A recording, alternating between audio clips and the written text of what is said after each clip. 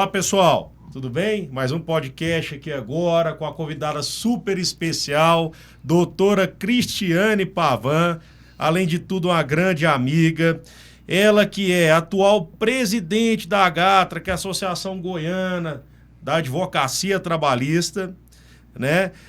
Destacada no âmbito sindical desde 2005, uma grande advogada, pós-graduada em Direito do Trabalho e Direito Processual do Trabalho pela Universidade do Vale do Itajaí, a Univale, com especialização promovida pela AMATRA, TRT12, assessora jurídica de diversas entidades sindicais, com foco em potencializar o custeio e organização de sindicatos e associações sem fins lucrativos. Professora universitária da Academia Brasileira de Formação e Pesquisa, palestrante e articulista, diretora-geral da Escola da Advocacia Trabalhista do Estado de Goiás, a ESAT. Isso daí tá desatualizado, tem que arrumar isso. Então tem que ajeitar, né, Cris? Mas tudo bem.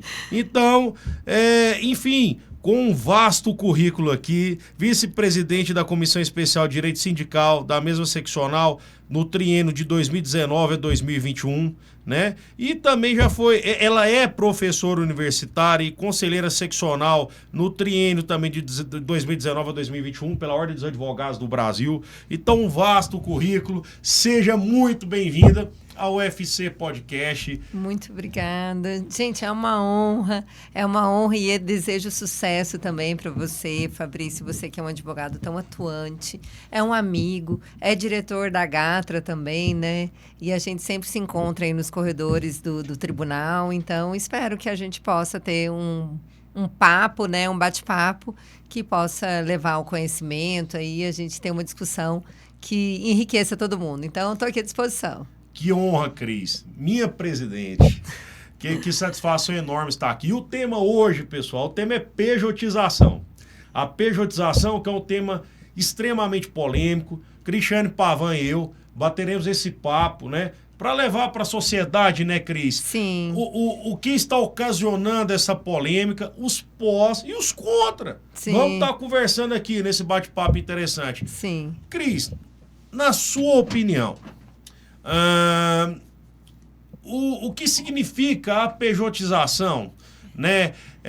E o impacto que ela causa na vida dos trabalhadores. É interessante a gente já falar até sobre o tema, né? Porque quando a gente fala assim, pejotização, parece que é uma palavra técnico-jurídica, né? Mas, na verdade, nada mais é do que, em simples linhas, é a contratação de uma empresa para uma pessoa jurídica, uma pessoa física, né? Só que ela tem aquele MEI, ou ela tem o CNPJ. Então, em simples linhas, é a contratação de uma empresa contratando outra empresa, mas é através daquela roupagem, tem uma pessoa física atrás dela, né?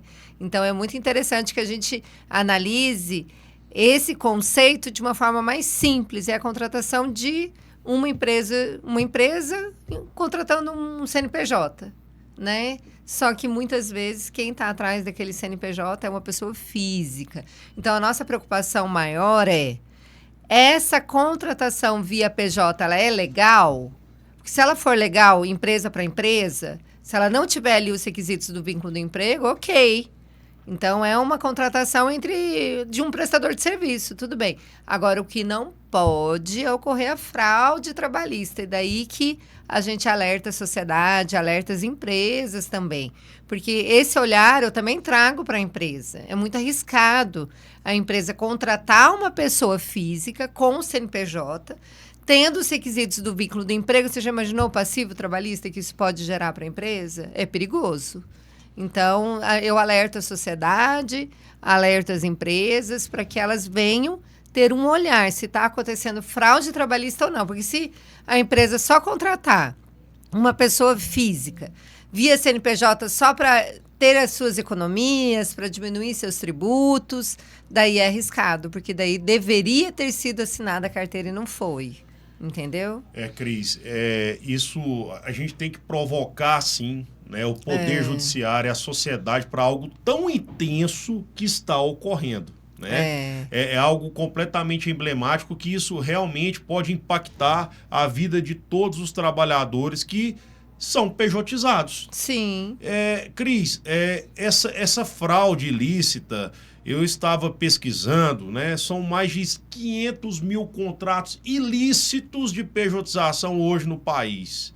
E um enxame, um derramamento descomunal de ações trabalhistas aí dentro da Justiça do Trabalho. E isso com certeza está trazendo e trouxe impactos, né? Porque até o Supremo Tribunal Federal, ele começou a ter uma visão, uma ótica, um olhar que a pejotização seria algo lícito, né? E isso é bastante temeroso. Sim, sim. É tanto que sobrestou agora, né, a maioria dos processos, né? O ministro Gilmar Mendes pediu vistas. Que é sobrestar, né? Teve essa paralisação de todos os processos para serem discutidos acerca dessa pejotização. Tá. Na ótica de Cristiane Pavan, esse sobrestamento será essa paralisação desses processos, essa suspensão, será algo vantajoso para o trabalhador ou será algo vantajoso para os empresários? Qual que é a expectativa hoje da nossa presidente da Agatra, advogada Cristiane Pavan?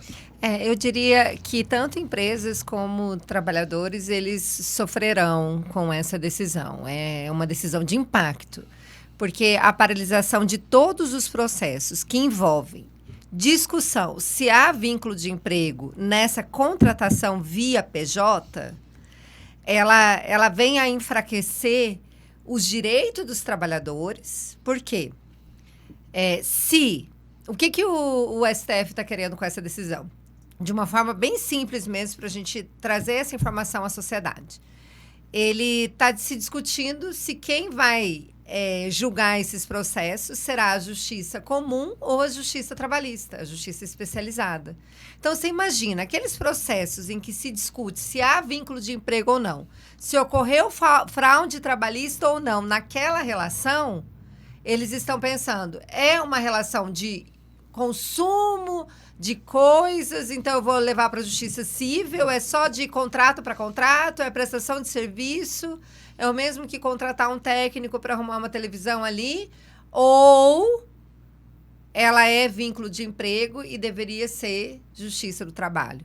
Então, isso é tão, assim, prejudicial para o mundo do trabalho. O mundo do trabalho brasileiro, ele foi criado através de uma luta, através dos sindicatos, através de tantos momentos que foram importantes para a sociedade. O Dia da Mulher foi um, em que se discutia ali, lógico, o direito das mulheres, mas dentro de uma relação de trabalho.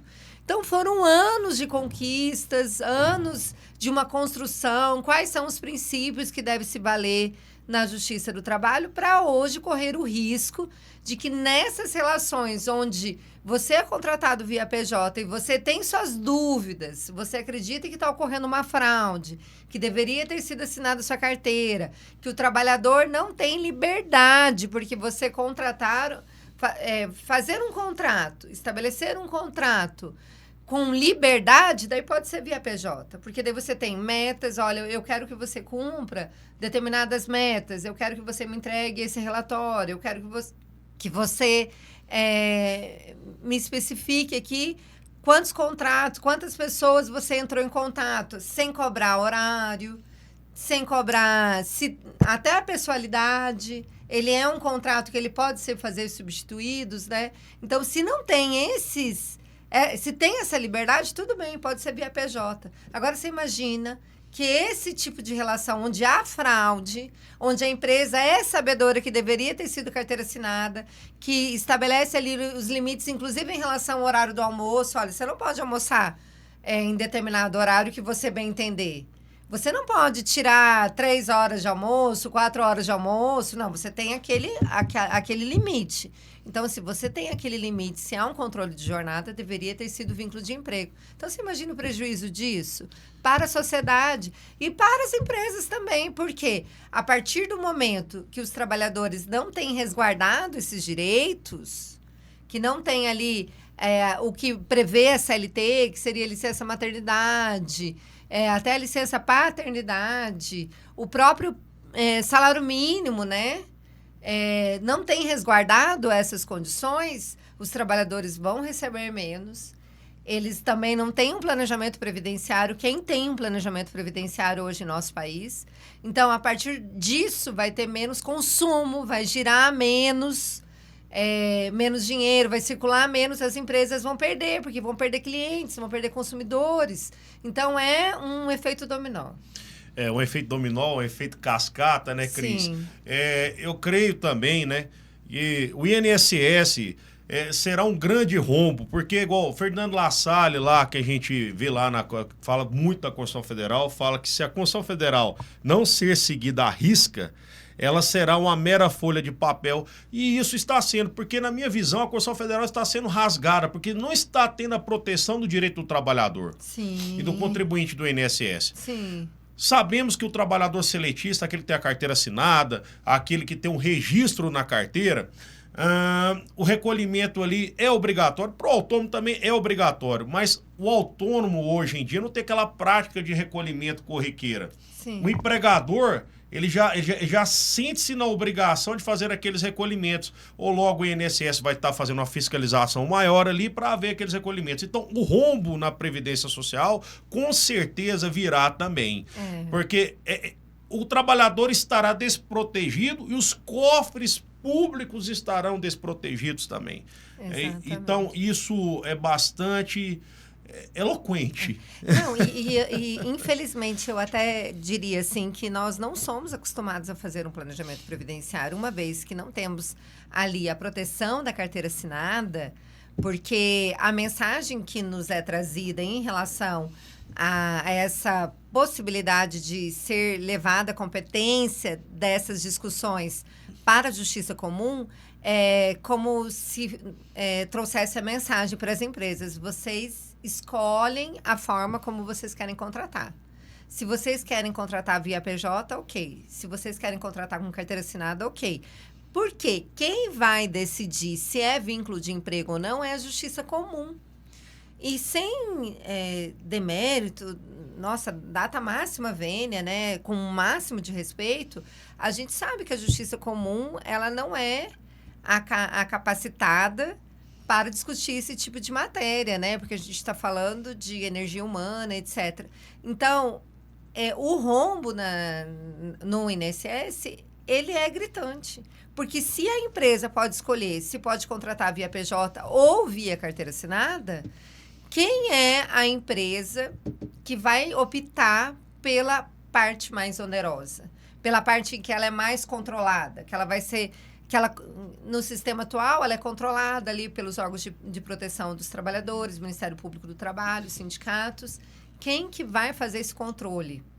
Com a pejotização é muito mais difícil. Não que esses órgãos protetivos deixarão de fazer, mas serão muito mais difícil de você controlar aquela situação de não estar na carteira assinada. E daí, com isso, não se contribui para o INSS, não há aquele alimento. E eu diria mais, quem vai sofrer vão ser os aposentados e será aquele trabalhador que ainda não entendeu a importância da carteira assinada.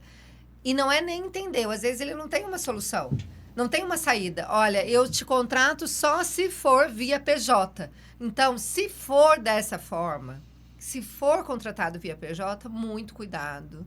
Não deixe de fazer o seu planejamento previdenciário. Lutar contra esse sistema, a gente precisa, através do que você está fazendo aqui, doutor Fabrício. A gente precisa levar a comunicação, explicar para até os advogados de outras áreas o que está acontecendo conosco, que todo mundo perde, é uma justiça social que precisa ser preservada. Então, eu trago mesmo a reflexão para que as pessoas venham trazer esse tema, para que venham fazer o seu planejamento previdenciário, porque eu acredito que aposentados sofrerão, porque como que vão pagar os subsídios mensais? Como que vai ser pago aquela aposentadoria pelo INSS se não está sendo alimentado o INSS? E também aquele trabalhador, quando estiver a vias de se aposentar, vai sentir falta dessas contribuições que deixou de fazer ou então deixou de ter com a sua carteira assinada. Perfeito, bastante pontuado pela minha presidente, Cristiane Pavan. Pessoal, o planejamento previdenciário, que nada mais vai pegar todo o retrospecto da sua vida contributiva para o INSS lá, desde o início, quando você começou a contribuir, para saber quando vai aposentar, para saber o valor da aposentadoria, quanto tempo falta para aposentar. Isso, o planejamento previdenciário, que é algo que é um grande investimento para o trabalhador, para o autônomo também, para o empresário, porque todos nós um dia vamos aposentar. Sim, essa é a nossa esperança. Né? Sim. Então, necessitamos disso. O planejamento previdenciário é algo que é promissor na vida das pessoas, né? Então, procure um profissional, né? Realmente, um advogado previdenciarista que vá fazer esse planejamento previdenciário, que é muito e de suma importância para todos. É um investimento. Sim. E é interessante a gente analisar o colapso que isso pode gerar com uma simples decisão da STF, com efeito erga omnes. Atingiu todos os processos trabalhistas que estavam envolvendo ali a matéria pejotização versus vínculo de emprego, né? Que nada mais é do que a análise se está ocorrendo fraude ou não trabalhista em relação àquela empresa. E os efeitos, eles também dizem respeito tanto ao INSS... Cris, só um pouquinho. Erga omnes, pessoal, que é para todos, viu? Atinge todo mundo, só isso. É o juriquês, né, que a gente está acostumado. Mas atinge todos os processos. Então, é importante a gente analisar quais são os efeitos disso para a sociedade. Para as empresas, eu entendo também que para as empresas é muito difícil. A tributação é muito alta em nosso país. Eu penso que sempre quando se procura... de certa forma, diminuir esse peso tributário para as empresas, se busca atingir os trabalhadores. E não é esse o caminho. Você vê que a reforma trabalhista veio nesse sentido e você vê que ainda assim as empresas continuam na mesma dor. Se falou que com isso iria fomentar as empresas, que elas iriam até contratar mais pessoas, mas infelizmente essa não foi a nossa realidade. Então, se há essa intenção, que realmente para quem tem uma empresa ela é difícil, a carteira assinada ela pesa bastante para as empresas, né? Mas sempre se buscar diminuir o direito dos trabalhadores, eu acho que o caminho não é por aí. A gente não quer ser reconhecido como um país que explora a mão de obra. A gente não quer ser reconhecido como um país que não tem ali os direitos dos trabalhadores salvaguardados, que não se protege as horas extras, que não se protege o direito social do trabalhador ter um tempo de convívio com a sua família. E as empresas brasileiras também não têm essa intenção. A gente vê muitas empresas que buscam mesmo ter esse olhar mais sensível. Então, o recado que eu passo mesmo é que realmente assim, se tem uma sensibilidade de capacitar as empresas para que elas venham ter aquela concorrência livre, porque você pensa bem, uma empresa que tem um cuidado com o direito dos trabalhadores, que tem a carteira assinada, que olha ali todos os direitos, paga direitinho os seus trabalhadores, tem aquele contrato que é harmônico, que é algo que os dois constroem o mundo do trabalho de uma forma harmoniosa, e uma outra empresa que não protege nada, que tem um trabalho escravo mesmo. No nosso estado, infelizmente, a gente vê isso ainda hoje em dia. E daí a gente pensa, como que eles vão concorrer entre si? Aquele que não protege os direitos trabalhistas, ele vai poder colocar um preço num produto final muito mais vantajoso do que aquele que protege, né, os seus trabalhadores, sabe? Que fica mais oneroso. Então, o que a gente leva mesmo à reflexão, até mesmo dos consumidores, da gente ter um olhar mais sensível qual que é a empresa que está protegendo seus trabalhadores. E daí a gente dá uma atenção em relação a elas, vamos trazer, divulgar, sabe? Tem tantas empresas legais que eu mesmo, como advogada sindicalista, visito várias que os trabalhadores são felizes de trabalhar lá.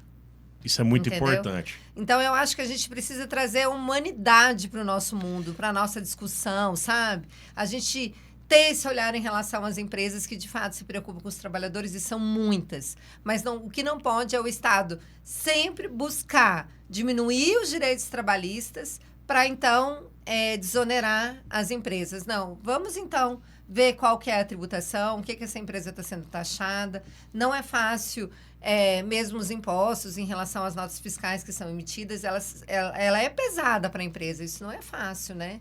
Então, eu trago mais essa reflexão humana mesmo. A gente precisa olhar uma empresa, o que está atrás dela e também olhar os seus trabalhadores. É uma visão difícil, mas a gente precisa. Mas é perfeita a sua ótica, minha presidente. E assim, um local, um labor, né, com práticas eficazes, alegres, onde vê trabalhadores felizes, isso é muito difícil. Mas essa empresa que consegue fazer isto é de tirar o chapéu. Porque ele é toda uma prática, são diálogos diários com esses trabalhadores, são incentivos de metas, são gestores que realmente tratam os colaboradores como verdadeiros seres humanos. E isso é muito importante, Cris. E sabe que, doutor Fabrício, eu levo também outra reflexão que você vê. A gente está falando de energia humana. E quem é especialista para falar sobre esses conceitos, se há vínculo de emprego, quais são os requisitos do vínculo de emprego, o STF ele está querendo retirar essa fatia da competência da Justiça do Trabalho, que é uma determinação constitucional, está na nossa Constituição, né? E está querendo levar ali para a Justiça Civil. E daí, como nós estamos falando da efetividade da Justiça do Trabalho, para de fato, dar mérito a quem merece mérito, nós que estamos ali no dia a dia, nos corredores da Justiça do Trabalho... As trincheiras, o nosso TRT 18, ele o nosso tribunal mesmo, ele é muito participativo. Até as decisões internas do tribunal, ele convoca a AGATRA, a Comissão de Direito Sindical, que o doutor também faz parte... Até mesmo para construção de atos normativos, mesmo a advocacia, tanto patronal como laboral, ela faz parte. Então, ela é um tribunal muito participativo. Ela é um tribunal que ela traz a sociedade para a sua discussão.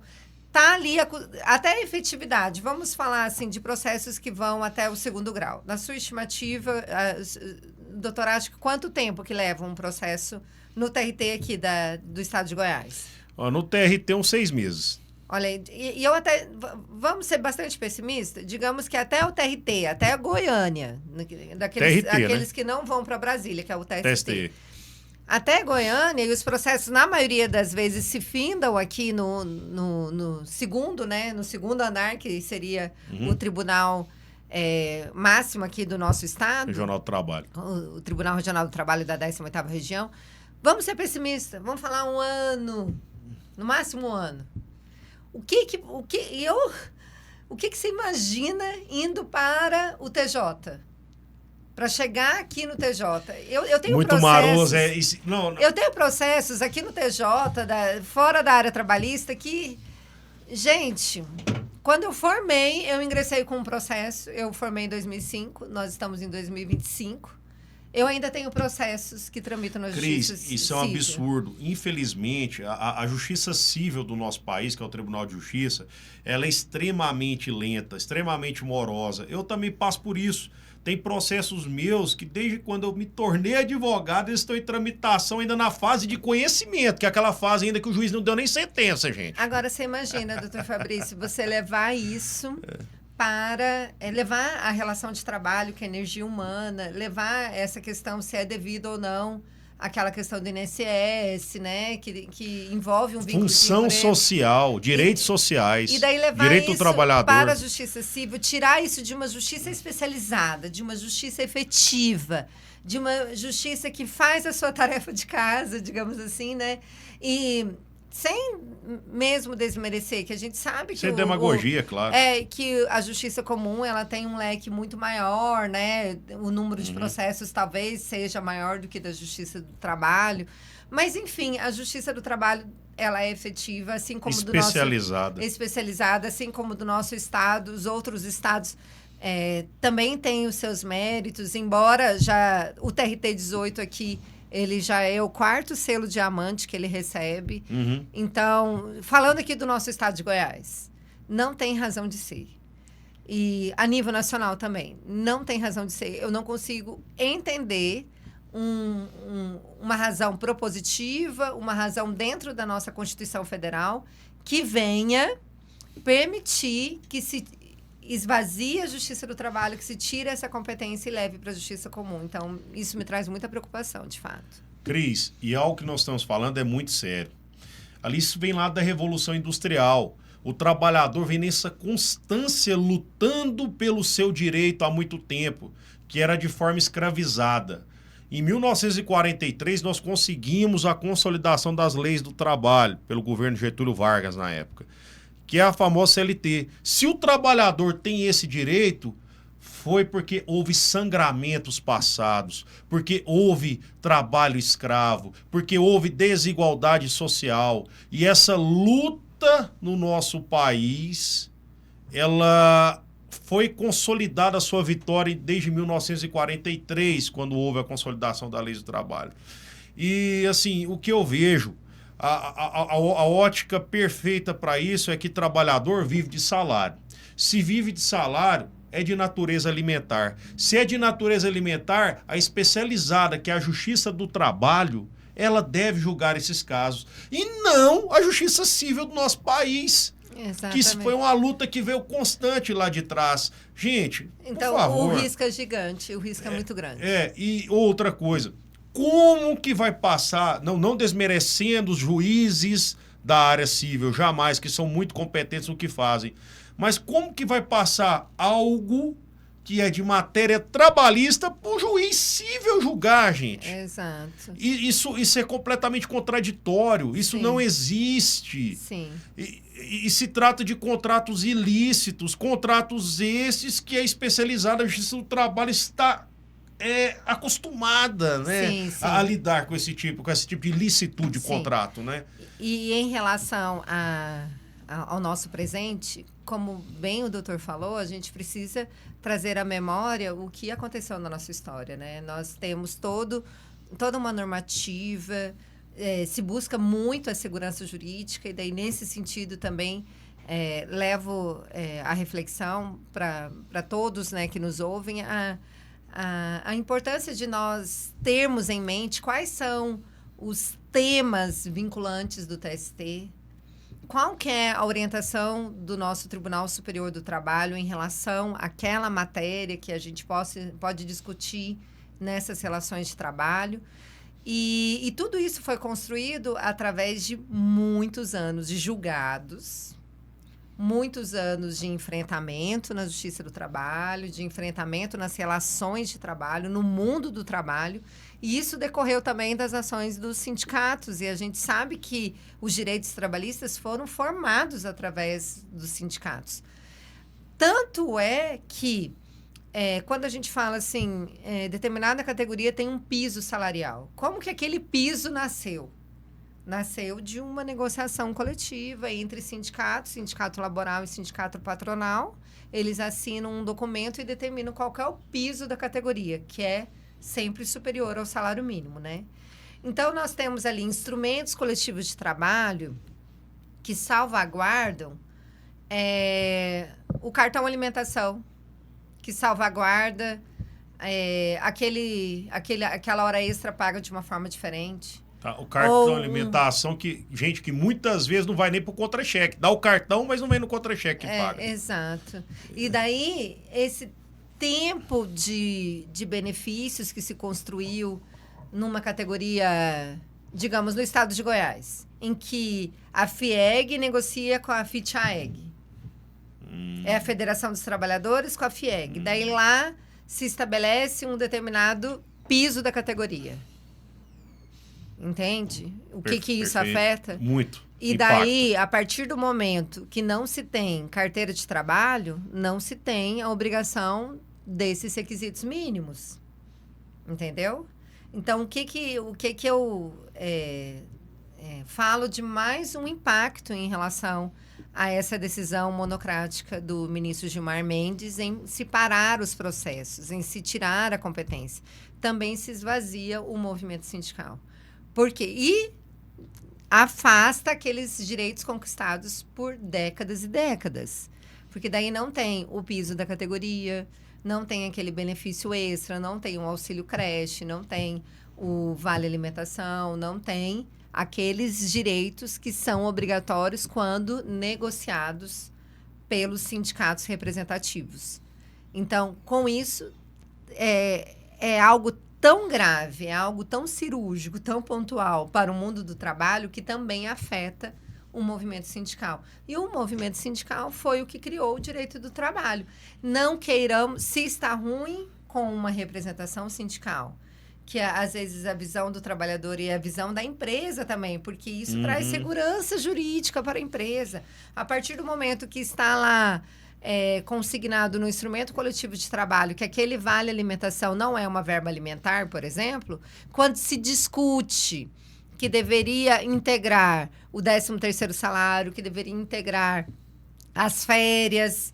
Daí, o que acontece quando o judiciário, um judiciário especialista como o nosso, né, analisa o instrumento coletivo de trabalho e está lá descrito que não é verba, não é natureza salarial, não possui natureza salarial, se afasta aquele pedido. Então, a empresa ela tem segurança jurídica de que ela pode pagar o cartão alimentação sem nenhum reflexo. Então, é uma segurança jurídica. As empresas ganham muito com os instrumentos coletivos de trabalho. Por exemplo, uma empresa que quer implementar um banco de horas, quando ela tem aquele instrumento coletivo de trabalho que determina que ela assim o pode, ou quando ela não faz de forma individual com seus trabalhadores, o que é muito difícil, fazer de forma individual e renovar a cada 6 meses, ela fecha o instrumento coletivo de trabalho e determina aquelas regras específicas do banco de horas. Então, uma grande empresa que quer implementar um banco de horas e que tem atuação do sindicato ali, ela tem a segurança jurídica que ela sim o pode fazer, seguindo as regras que estão lá no instrumento coletivo. Claro. Sem o instrumento coletivo, para a empresa é muito mais difícil. Como que ela vai fazer essa organização de horas sem um sindicato? Então, com essa decisão do Gilmar Mendes, também se esvazia o mundo sindical. E a gente precisa ter esse cuidado de levar a importância dos sindicatos para as empresas e para os seus trabalhadores. Porque a segurança jurídica que a gente tanto deseja nada mais é do que, se eu levar esse pedido ao judiciário, eu vou ver acolhido ou não o meu pedido. E eu, como empresa, eu terei a segurança de que vai ser resguardado o negociado sobre o legislado. O que é o negociado? É o que os sindicatos negociam. Ele é maior, ele tem um patamar maior ainda do que determina a lei. Então, eu vou ver resguardado isso enquanto empresa, ou eu enquanto trabalhador. Então, eu levo mais essa reflexão também. Infelizmente, estamos vivendo tempos difíceis, doutor Fabrício. Tempos difíceis. Pessoal, porque após a reforma trabalhista, né, Cris, o negociado, ele sobrepôs o legislado. O que é isso? A negociação coletiva de trabalho, os sindicatos, as negociações entre empregados, empregadores e sindicatos estão mais elevados que a própria lei. E isso, em tese, foi até bom, porque deu às partes o direito de negociarem. Só que dentro, é lógico, né, dos ditames da lei. Sim. Sem poder sair. Algo que não fira a Constituição do nosso país. E a importância do sindicato é tão boa para que isso ocorra, que essas pejotizações, elas podem ser não legalizadas ou legalizadas pelo próprio sindicato, porque está acima da lei. Sim. Então, essa é uma provocação muito boa, né? É uma provocação que eu acho que deve ser gerada, inclusive, Cris, como vice-presidente da Comissão Sindical que estou, né? Queremos agora, né, e vai acontecer o CDSIN de Sem Fronteiras, onde nós queremos conscientizar os sindicatos da sua força que tem para com os trabalhadores e para também com as empresas que sigam os verdadeiros ditames, as verdadeiras regras para ter aquele ambiente harmônico. E isso é muito importante. Fico muito feliz de fazer parte também da Agatra, porque esse raciocínio em prol do trabalhador também que existe, essa proteção do trabalhador que a Agatra está, pessoas extremamente competentes como a nossa presidente Cristiane Pavan, da qual está aí brilhando, né, tudo que está acontecendo hoje, que já veio de excelente gestão para trás, o nosso amigo Jerônimo José Batista Júnior, Fernando Mendes, que estão fazendo a revolução na história da Associação Goiana dos Advogados Trabalhistas em prol do trabalhador.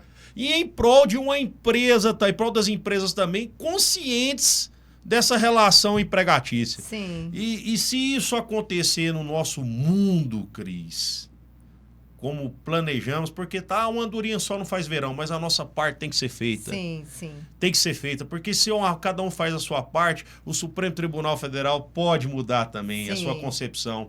Ele vai lembrar que a Constituição Federal não é igual o Ferdinando Lassalle falava que é uma mera folha de papel. Sim. Vai ser lembrado também nos nossos constituintes que a consolidação da lei do trabalho, ela teve uma força e ela é manchada por sangue de pessoas que morreram dando o próprio sangue, que foram escravizadas dentro das más condições de trabalho no nosso país, Cristiane. Exatamente, exatamente. Toda essa conclusão, sabe, Fabrício, eu volto àquela questão de que a gente precisa ver a relação de trabalho, o mundo do trabalho e quem estão envolvidas, né? Nas empresas estão envolvidas muitos sonhos, muita energia. As empresas, elas têm essa questão de depositar ali suas esperanças, suas economias, para que faça valer o mundo do trabalho. E o trabalhador, lógico, envolvendo ali o seu tempo, a sua energia. Porque o que é o contrato do trabalho? O contrato de trabalho mesmo da CTPS nada mais é do que a contratação do tempo do trabalhador. Algo muito valioso. Então, isso precisa ser analisado com muito carinho e é isso que a gente espera que o nosso Poder Judiciário analise essa questão como algo muito sensível e que precisa ter o máximo de cuidado possível. Então, vamos conversar sobre. Sim. Gente, ressaltando que quem está pejotizado num contrato ilícito desse de trabalho que a gente está falando, quando você adere a essa espécie de contrato, que para mim é praticamente um contrato de adesão. As cláusulas estão predispostas ali e você vai assinar, né, aderindo o que a empresa quer que você faça. Às vezes o trabalhador, ele faz isso porque não vê opção. Às vezes é um bom ganho ali e ele vai acabar fazendo. E não é que ele se entrega à ilicitude, é porque não vê outra alternativa. Às vezes o próprio trabalhador, por exemplo, como um diretor de uma empresa, como um contador, como um profissional liberal, ou como, sei lá, um próprio motorista de caminhão está acontecendo isso. Chegou no escritório esses dias, Cristiane. Um motorista de caminhão pejotizado. Gente, isso é uma vergonha. Isso é uma vergonha. Isso é completamente ilícito. O cara sai para trabalhar, Cris, no mundo afora, com o caminhão, deixando a família, sem a proteção de um FGTS, sem a proteção do 13º salário, de um aviso prévio, do recolhimento correto do INSS, dá uma multa de 40% caso seja demitido. Isso é um absurdo. Um motorista de caminhão, Cristiane. Até que ponto estamos chegando? Eu tive um caso de uma secretária de uma clínica médica, em que era controlado ali a sua jornada, era controlada o seu tempo de almoço. É lógico, tinha toda a rigorosidade de um contrato de trabalho e contratada praticamente pelo salário mínimo sem nenhum direito extra. Era só isso e sem solução. Agora, a pejotização... Que vergonha, né? E quando a gente fala de um instrumento, esse instrumento ele poderia ter sido, e em algumas empresas, né, utilizado de uma forma adequada, até trazendo mais liberdade para aquele trabalhador, se é o caso, né, de cumprir metas ali dentro de casa, possibilitando que ele venha gerir o seu tempo com mais qualidade. Se for esse caso, tudo bem. Agora não. Agora, infelizmente, quando se usa a fraude trabalhista, daí vem essas situações como a que você relatou, como a que eu presencio também, infelizmente, algumas vezes, mas essa pejotização, se ela é utilizada de uma forma sensata, adequada, sem os requisitos do vínculo de emprego, a gente vê até como uma forma de fomentar a economia, de fato, mas, infelizmente, os bons pagam pelos maus, né? Sim, infelizmente. E espero também, verdadeiramente, Cristiane, minha nova presidente da Agatra, que os ministros do Supremo Tribunal Federal tenham consciência quanto a isso, consciência contra a verba de natureza alimentar que são dos trabalhadores que estão sendo violados em nosso país. Sim. E que não vá para o lado incorreto. Porque O que nós estamos fazendo um apelo aqui é para algo que seja lícito, para que as empresas... Porque nós dependemos dos grandes empresários, dos pequenos e dos médios também, porque eles geram a economia do nosso país. Sim. E eles empregam os trabalhadores. Sim. Então, a massa, de maneira em geral, de contexto em geral, os trabalhadores e os empregadores são necessários em nosso país, mas que sigamos as leis, que sigamos as regras corretas, porque se tem lei é para ser cumprida, né, Cristiane? Sim. É muito interessante o tema, quero parabenizar, sabe, doutor Fabrício, por você estar sensível a essa pauta. É necessário que a gente... Daí, muitas pessoas nos falam, né? Mas o que a gente pode fazer diante de uma situação dessa? Eu acredito que sejam esses meios de comunicação, que são através dos meios de comunicação, como o seu canal aqui no podcast, como uma rádio, como um documento que nós podemos enviar, formado ali por várias mãos, como uma mobilização que aconteceu de forma nacional, assinada ali pela ABRAT, que é a Associação Brasileira da Advocacia Trabalhista, da qual eu tenho honra de fazer parte como docente. Então, eu acho que é a gente unir, de fato, as mãos. Quem defende o mundo do trabalho, defende essa pauta, não permitirá que nós tenhamos esvaziados ali a competência da Justiça do Trabalho, e é o que a gente conclama, que, de fato, venhamos unir forças, né? Cristiane, e verdadeiramente que tenhamos grandes líderes como você, Obrigada. Pautada na defesa do trabalhador, pautada na eficiência das empresas para que sejam empregadores harmônicos e que valorizem seus trabalhadores. Sim. Por mais pessoas assim no mundo, é o que precisamos. De verdade, de verdade. Ainda bem que temos uma presidente da Associação Goiana dos Advogados, da advocacia que mudou, viu, gente? Mudou a nomenclatura, da advocacia trabalhista, como Cristiane Pavan, que também se sensibiliza, a recíproca é verdadeira, com este tema, que essa fraude existente em nosso país, que chama-se pejotização, que você não terá direitos trabalhistas. Exatamente. Muito obrigado, Cristiane. Muito obrigado. A honra é toda minha, Fabrício. E quando a gente fala assim dessas questões da gente conversar, da gente discutir, de levar à mesa, é uma responsabilidade de todos nós enquanto cidadãos, né? Porque numa primeira visão que a gente tem, as empresas até podem se sentir favorecidas porque deixarão ali de cumprir as suas obrigações em relação aos tributos, que pesa muito para a empresa. Mas, se for analisar mais a fundo, verão que seus filhos, quando estiverem no mercado de trabalho, terão essas dificuldades e aquele efeito cascata, ele vai ser inevitável, né? Para todo mundo, para o INSS, para o trabalhador, para as empresas. Enfim, infelizmente, a gente precisa ver a pejotização com um olhar um pouco mais malicioso. Não acho que é uma ferramenta que venha ajudar de fato a sociedade. Malicioso é uma fraude, Cris, na sua opinião? Olha lá, eu volto a pergunta para ela. A pejotização é algo malicioso, que malicioso para mim já é. Mas você considera algo fraudulento? Depende. Se a empresa for utilizar de uma forma que de fato venha trazer liberdade para aquela pessoa contratada, ok. Mas se tem os requisitos do vínculo de emprego, daí com toda a convicção eu digo que é uma fraude. Muito obrigado, Cristiane. Muito obrigado. O prazer é todo meu. Por favor, é a nossa convidada, viu? Hoje no nosso podcast. Hoje e sempre. Venha sempre no UFC Podcast. O UFC Podcast, Fabrício Coelho é um amigo do trabalhador. Então venha, faça parte disso. E será novamente convidada. Muito obrigada, será uma honra. Muito obrigada a todos vocês que nos ouvem também. Obrigado, pessoal.